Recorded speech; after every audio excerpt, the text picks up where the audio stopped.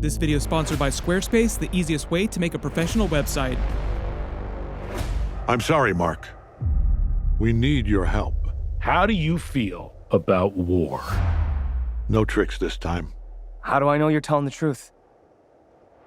You'll have to trust me. The time for war is upon us. We've got to stop the Viltrumites for good. Together, we will end their tyranny. We will? I mean, we will. You might want to take a step back. Yeah, got it. I believe in you, Nolan.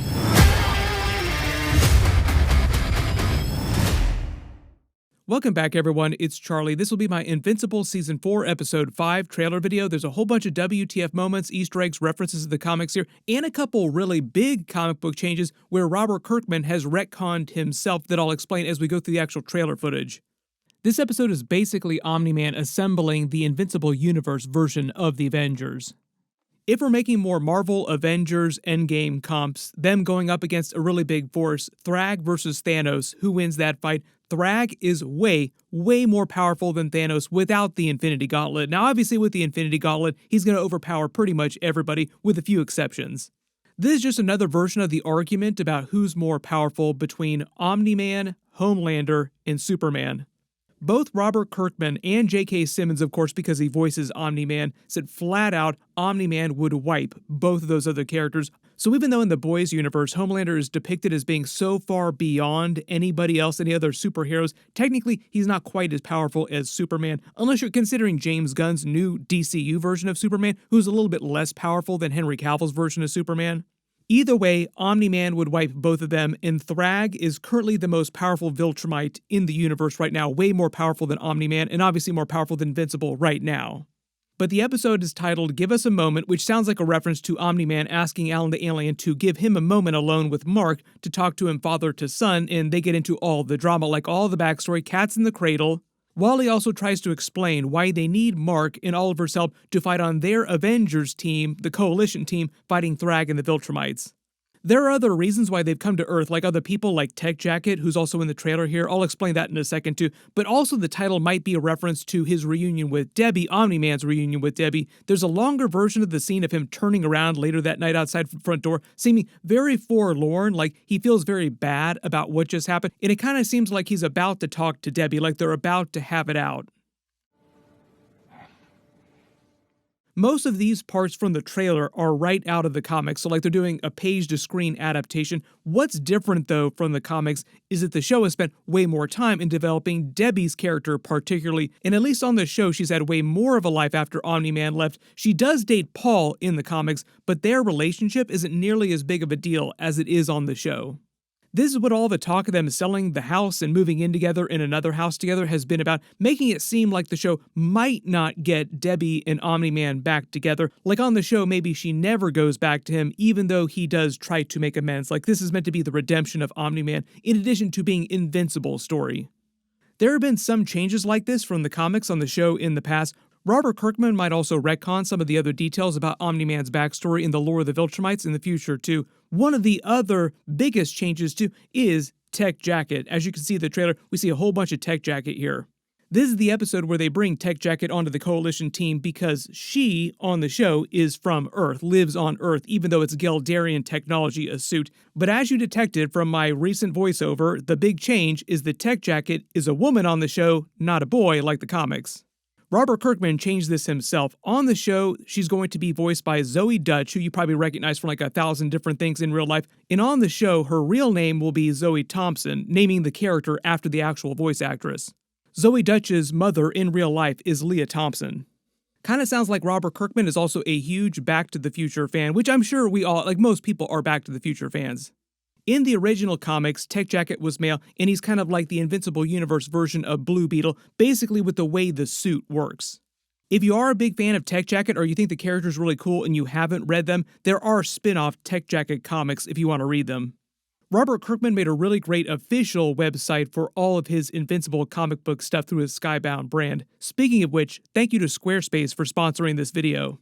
I am a YouTuber. I spend all my time making videos. I have no idea how to make an actual website, but I needed to have one outside of my YouTube channel to make it easier for people in other businesses to actually get in contact with me. Squarespace helped handle everything from finding a professional website designer, picking out templates for actually building my site, and after I created it, helping me manage it day to day and make sure that it stays up to date. Squarespace is the all-in-one website platform for entrepreneurs to stand out and succeed online. Whether you're just starting out managing a growing brand, Squarespace makes it easy to create a beautiful website, engage with your audience, and sell anything from products to content to time, all in one place, all on your terms. This is why usually when I tell people to contact me, I point them to my Squarespace website. Squarespace makes all that painless. And for those of you that do have things that you want to sell online, Squarespace helps you showcase your products and customize your product listings with images, videos, reviews, related products, and add-ons that help you make more sales.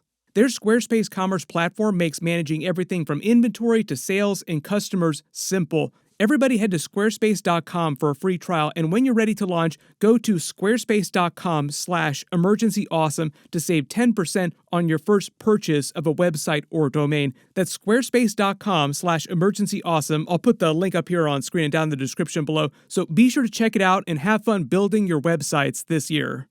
Even though the main Invincible comic book story ended a number of years ago, Robert Kirkman is still writing new Invincible comics. So there's a Battle Beast comic book that just came out too. We also see a lot of Battle Beast during this trailer too. I don't know if he comes back in this episode or if that's footage from another future episode. But remember, Battle Beast is one of the other characters they're bringing back onto the team, voiced by Michael Dorn from Star Trek. A lot of Star Trek going on during this series too, like voiceover actors and Star Trek jokes in the background too. Mostly because Robert Kirkman, also a really big Star Trek fan. Because they're making Tech Jacket female on the show, they might tweak some of her jokes or just remove them completely, because some of the bigger jokes he makes in the comics are dependent upon him being male, like they're gender-based jokes.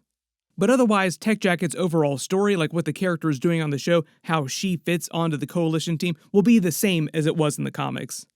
Based on the cast list, they're also naming the Circle characters. They're back in this episode, so we'll probably get some more of Titan's storyline, or maybe a little bit of it. And Conquest is like the other big character that's listed in the credits for this, so we might see him show up at the very end of the episode or in the post-credit scene, and they save his re-arrival for like episode 6 maybe. So stand ready for his re-arrival, worms. Stand ready for my arrival, worm. He said it! He said it! We haven't seen him in a couple episodes, but he was sent by Thragg to destroy the Coalition team Omni-Man is putting together, and it gets super messed up, and it is meant to be the culmination of Mark's moral arc, realizing that sometimes it's okay to kill people when it's absolutely necessary, which is basically what they used episode 4 to do, to give him that little moral side quest in the pep talk from Damien Darkblood, when he realized that, oh, maybe it is okay to kill people sometimes because it means saving everybody else. The Invincible versus Conquest rematch is meant to be the culmination of that, and it goes so hard, so messed up.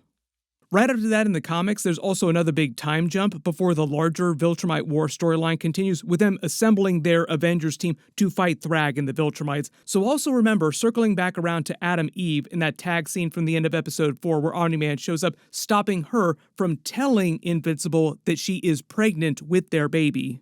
When he shows up, she kind of gets cold feet and decides not to tell him, like, oh, I'll just tell him later. But because circumstances with the Viltrumite War and Thragg are so dire, it sounds like she just decides to hold off telling him till after he gets back from his little mission, quote unquote, if you want to call it a little mission, basically fighting to the death with Thragg and all the other Viltrumites.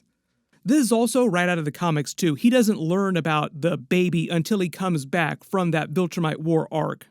But it is going to be another solid time jump before he makes it back, like it's not going to be a quick trip.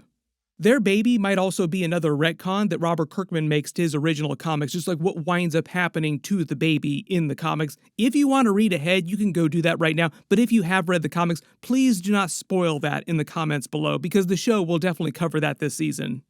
My other assumption, just based on the way they're pacing the footage out here and what we've seen in the previous trailers, is that Mark's rematch with Conquest and the aftermath of that is what convinces Thragg to personally get involved in the Viltrumite War, so he and the other Viltrumites, like Anissa, Craig, and the others start flying around to the universe, wiping every Coalition planet that they can find. That was what that Thragg trailer was all about earlier this year that we got, where he was just flying around the universe with his mustache and his low taper fade, slapping everyone into oblivion. Probably one of the coolest things, in addition to them introducing the Thragg character in general. Like, there's so much cool stuff that Thragg does. I mean, really messed up stuff, but it's really cool in a messed up way.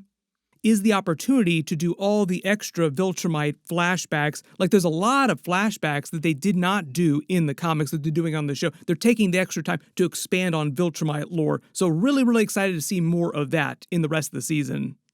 We just got that longer Omni-Man flashback to show his age of ascension, where he basically became a man according to Viltrumite society. Just expect to learn more about Omni-Man's history and the history of the Viltrumites in general, and about Argyl's history. We got a little bit of that through Thetis' character when he started talking to Omni-Man about how he was the betrayer, he was the person who killed Argyl and created the Scourge virus. There's more to that conversation in the comics that they just have not adapted yet for the TV show. Basically, Thetis sitting Omni-Man down and teaching him about the history of his own people. Together, we have a chance to end this war forever. Wow. I nailed it. There are a lot of twistier things about the history of the Viltrumites that Omni-Man himself did not know when he was growing up. Everybody post all your reactions in the comments below and all your predictions for how they're going to pace out the Viltrumite war arc, the rematch with Conquest, Thragg finally joining the battle. What I'll do is my full episode 5 video will post next Wednesday after they post it. The other big reminder is that Daredevil Born Again episodes have started, so I'll add a link for that at the end of this. I've already started doing episode videos, so be sure to enable alerts for my channel so you don't miss any of those either. Everybody click here for that full Invincible episode 5 video. I'll update the link as soon as I post it, and click here for all my Daredevil Born Again episodes. Thank you so much for watching, and I'll see you guys in the next one.